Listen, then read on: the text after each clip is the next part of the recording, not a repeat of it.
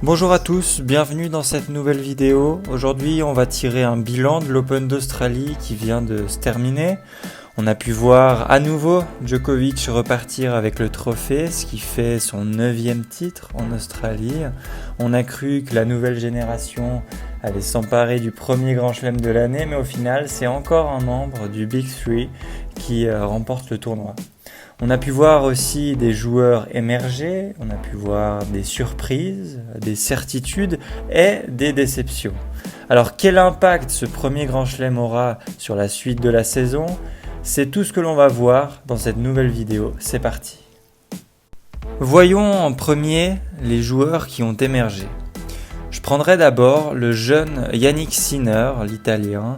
Alors certes, il n'a pas été loin dans le tournoi, le Grand Chelem, mais il a montré qu'il avait la trempe des tout meilleurs. Il a d'ailleurs gagné le tournoi juste avant l'Open d'Australie, et ce qui l'a certainement fatigué un peu trop pour enchaîner avec des matchs en 5-7.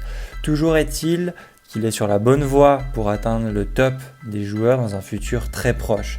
J'ajouterai à cette catégorie de joueurs qu'on a vu émerger les jeunes américains, par exemple Tiafoe qui a fait un match de très haut niveau contre Djokovic, Taylor Fritz qui a fait de même, et puis j'ajouterai peut-être Michael Mmoh qui a passé quelques tours presque jusqu'en deuxième semaine. Regardons maintenant les ou la surprise. Alors évidemment c'est le russe Karatsev. Il a joué à un niveau incroyable. On savait qu'il était en forme puisqu'il avait eu des très bons résultats en Challenger en fin d'année dernière. Mais de là à aller en demi-finale de Grand Chelem, d'autant plus que c'était sa première participation à ce niveau-là de tournoi, c'est tout simplement une prestation incroyable. J'ajouterai dans les surprises Fognini. Ça peut paraître bizarre, mais après toutes les opérations aux chevilles qu'il a eues, son âge qui commence mine de rien à être important, et vu sa situation actuelle, on sait qu'il est marié, qu'il a une famille, etc.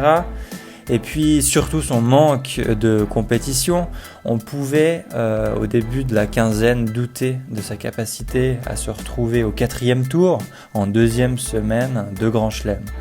Il a fait de bons matchs, notamment en battant Alex de Minaur en 3-7, donc vraiment assez impressionnant de sa part. Passons maintenant aux certitudes, comme je les ai appelées dans l'introduction. Ces certitudes, ce sont les joueurs qu'on s'attendait à voir dans les derniers tours du tournoi.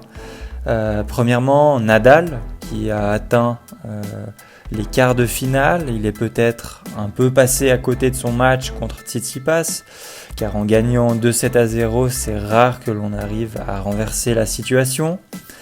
Daniil Medvedev, au vu de sa fin de saison 2020, on s'attendait tous à ce que le Russe soit un joueur à suivre et qu'il pourrait être un potentiel gagnant de ce premier Grand Chelem de l'année.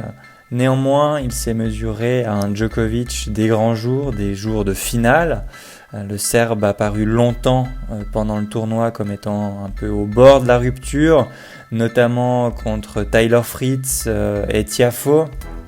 Et puis au final, il a retrouvé son meilleur tennis au meilleur des moments, en demi-finale et puis en finale. Très impressionnant. Pour finir, les déceptions, je dirais dans un premier temps Dominic Thiem, qui n'a pas réussi à confirmer son bon état de forme de l'année passée. Certes, il a avoué avoir une petite blessure, mais on aurait pu imaginer qu'il aille un peu plus loin dans le tournoi. Une autre déception serait Matteo Berrettini. Il était en très bonne forme et il l'a prouvé en battant de très bons joueurs, notamment Karen Khachanov. Et puis malheureusement, il s'est blessé, ce qui l'a empêché d'aller plus loin. J'ajouterai à cela une dernière déception, c'est celle de Alexander Zverev. On voit encore en Grand Chelem qu'il est assez régulier dans les premiers tours lorsqu'il affronte entre guillemets des petits joueurs, mais dès qu'il joue un membre du top 3, il fait régulièrement maintenant des non-matchs, ce qui a été le cas encore une fois contre Novak Djokovic. Pour finir, voyons quel impact ce premier Grand Chelem aura sur la suite de la saison. Alors premièrement, au niveau du Big Three, Djokovic a remporté son 18e titre du Grand Chelem, ce qui veut dire qu'il s'approche toujours plus de Rafael Nadal et Roger Federer. Cela lance cette course au titre majeur, ce qui ajoute encore plus de piment à cette saison. Ensuite, on peut se réjouir aussi de la résistance que la nouvelle génération va donner au Big Three. On a pu voir un très bon Sinner sur la tournée australienne, Medvedev dans un bon état de forme, Tsitsipas de même. Enfin bref, on peut s'attendre à une année pas si facile finalement pour les habitués des finales de Grand Chelem.